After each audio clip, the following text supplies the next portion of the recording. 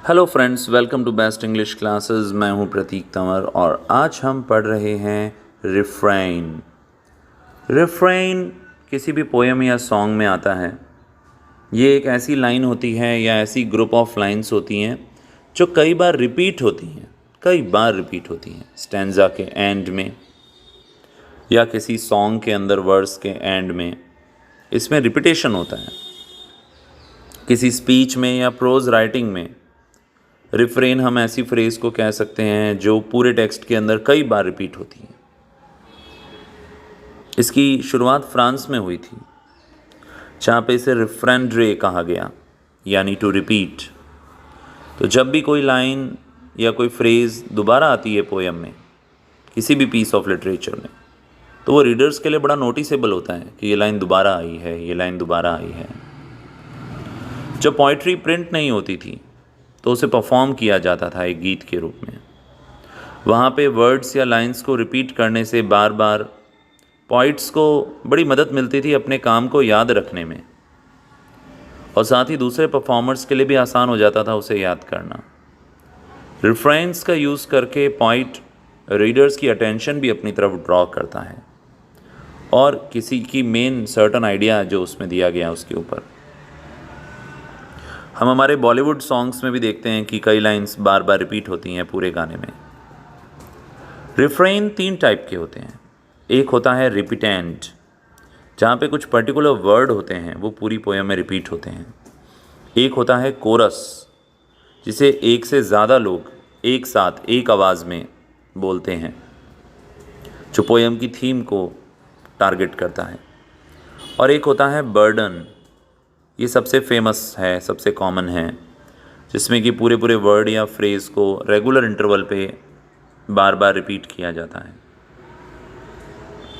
कुछ एग्जाम्पल देखते हैं हम लोग, कुछ पॉपुलर एग्जाम्पल, जैसे रॉबर्ट फ्रॉस्ट का लिखा stopping by woods on a snowy evening. The woods are lovely dark and deep, but I have promises to keep, and miles to go before I sleep, and miles to go before I sleep. यहाँ पे ये Robert Frost ने refrain का use किया है last stanza के अंदर, और एक ही लाइन को 2 बार लिखा है।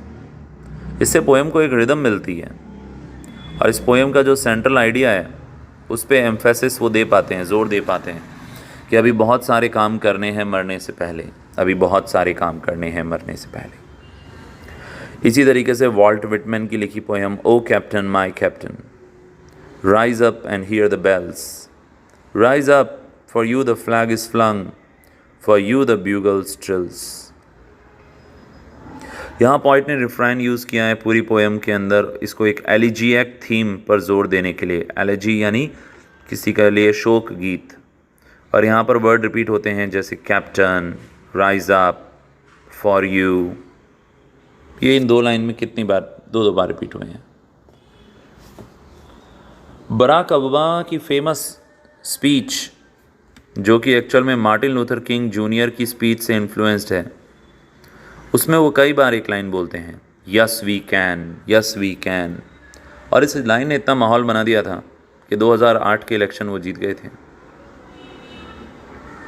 कुछ और एग्जाम्पल देखते हैं। It is magical yes this life and I live, each day it gives something, something it gives each day, it is magical, absolutely magical, the life that I live।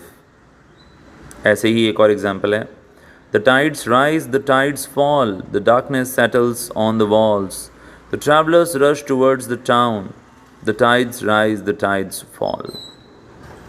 मुझे उम्मीद है रिफ्रेन आपको अच्छे से समझ में आ गया होगा।